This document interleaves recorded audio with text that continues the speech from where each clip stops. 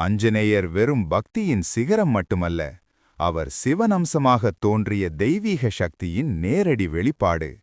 உலகம் அவரை வலிமையால் அடக்க நினைத்தாலும் உண்மையில் அவர் ஆன்மீக ஆழத்தால் அளவிட முடியாதவர். அந்த ஆழத்திலிருந்தே வெளிப்பட்டதே அஷ்டமா சித்திகள்.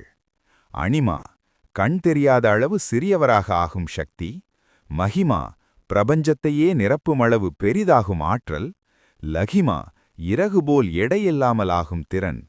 கரிமா, மலையென கணமாக நிற்கும் சக்தி. பிராப்தி, நினைத்ததை உடனே பெறும் வரம். பிராகாமியம், எங்கு வேண்டுமானாலும் கண நேரத்தில் சென்று சேர்ந்துவிடும் ஆற்றல். ஈசத்துவம், உயிர்களின் மனதை அறிந்து நடத்தும் தெய்வீக அதிகாரம். வசித்துவம், இயற்கையும் நிகழ்வுகளையும் கட்டுப்படுத்தும் பரமசக்தி. இவை அனைத்தும் அஞ்சனேயரின் பெருமையை சொல்லவில்லை.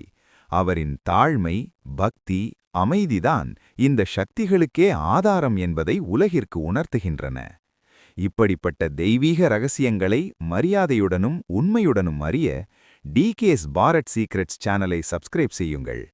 இந்த வீடியோ உங்களை தொடர்ந்திருந்தால் லைக் செய்யுங்கள். உங்கள் பக்தி எண்ணங்களை கமெண்டில் பகிருங்கள். நன்றி.